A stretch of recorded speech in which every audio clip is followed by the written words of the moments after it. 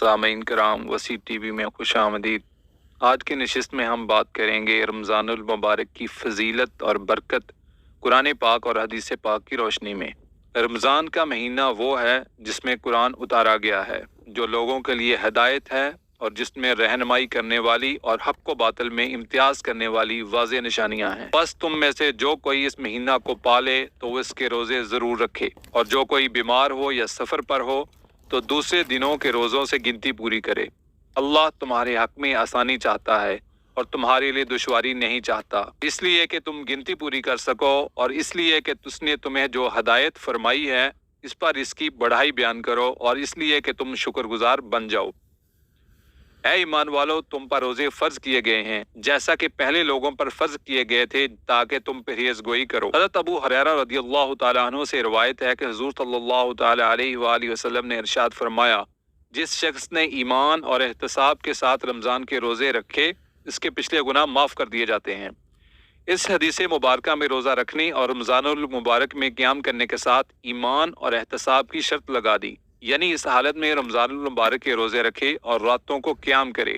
کہ حضور صلی اللہ تعالیٰ علیہ وآلہ وسلم سے ثابت شدہ سب چیزوں کی تصدیق کرے اور فرضیت صوم کا اعتقاد بھی رکھے، تو اس کو ایمان کا روزہ کہا جائے گا۔ احتساب کا معنی یہ ہے کہ اللہ تعالیٰ سے طلب ثواب کے لیے اس کے اخلاص کی وجہ سے روزہ رکھا، اور روزے کی حالت میں صبر کا مظاہرہ اور اپنے نفس کا محاسبہ کرتا رہا۔ جو آدمی ایمان اور احتساب کے ساتھ رمضان المبارک کے روزے رکھتا ہے اور رمضان المبارک کی راتوں میں قیام کرتا ہے تو اس کے تمام صغیرہ گناہ معاف کر دیے جاتے ہیں، اور کبیرہ گناہوں کی معافی کی امید رکھی جا سکتی ہے، یا کبیرہ گناہوں کا بوجھ ہلکا بھی ہو سکتا ہے۔ روزے دار کے لیے دو خوشیاں ہیں، ایک افطار کے وقت اور دوسری خوشی اپنے رب سے ملاقات کے وقت۔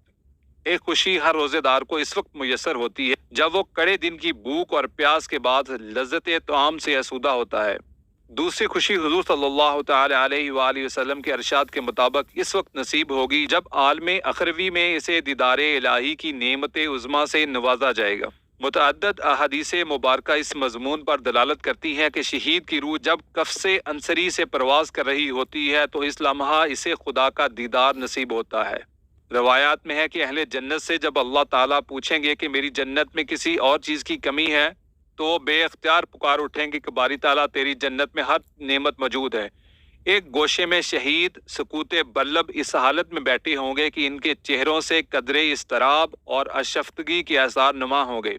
ان کی اداسی اور یشمدگی کا سبب پوچھا جائے گا تو وہ جواب دیں گے کہ اے باری تعالیٰ، یوں تو تیری جنت میں کسی چیز کی کمی نہیں، لیکن اس میں ایک چیز کی کمی ہے جو بہت شاق گزر رہی ہے۔ یہ پوچھنے پر وہ کیا ہے، اس کا جواب ہوگا، مولا ہمیں تیری جنت میں وہ لذت و حلاوت میسر نہیں جو تیری راہ میں جان دیتے ہوئے نصیب ہوئی تھی۔ کاش ہمیں دنیا میں پھر واپس بھیج دیا جائے کہ بار دیگر تیری راہ میں جہاد کریں اور جان کا نذرانہ پیش کر کے وہ لذت دیدار خداوندی دوبارہ حاصل کریں۔ روزے دار کو آخرت میں اس نعمت غیر مترقبہ سے نوازا جائے گا جس کے حصول کے لیے شہید بار بار اپنی جان کا نذرانہ پیش کرنے کی آرزو کرے گا۔ حضرت عبد الرحمن بن عوف رضی اللہ تعالی بیان فرماتے ہیں کہ حضور صلی اللہ تعالی علیہ وآلہ وسلم نے ارشاد فرمایا، جس نے ایمان اور احتساب کے ساتھ رمضان کے روزے رکھے وہ گناہوں سے اس طرح پاک ہو جائے گا جس طرح ابھی ماں کے پیٹ سے پیدا ہوا ہو۔ حضرت عثمان بن ابی عاص رضی اللہ تعالیٰ عنہ سے مروی ہے کہ حضور صلی اللہ تعالی علیہ وآلہ وسلم نے ارشاد فرمایا، روزہ جہنم کی آگ سے ڈال ہے، جیسے تم میں سے کسی شخص کے پاس لڑائی کی ڈال ہو۔ جس طرح کے میدان جنگ میں ڈال غازی کے ہاتھ میں ہوتی ہے، پس گویا روزہ بطور تمثیل اس کی ڈال بن جائے گا۔ حضرت ابو ہریرہ رضی اللہ تعالیٰ عنہ سے مروی ہے کہ حضور صلی اللہ تعالی علیہ وآلہ وسلم نے ارشاد فرمایا، جس کے قبضے میں محمد صلی اللہ تعالی علیہ وآلہ وسلم کی جان ہے،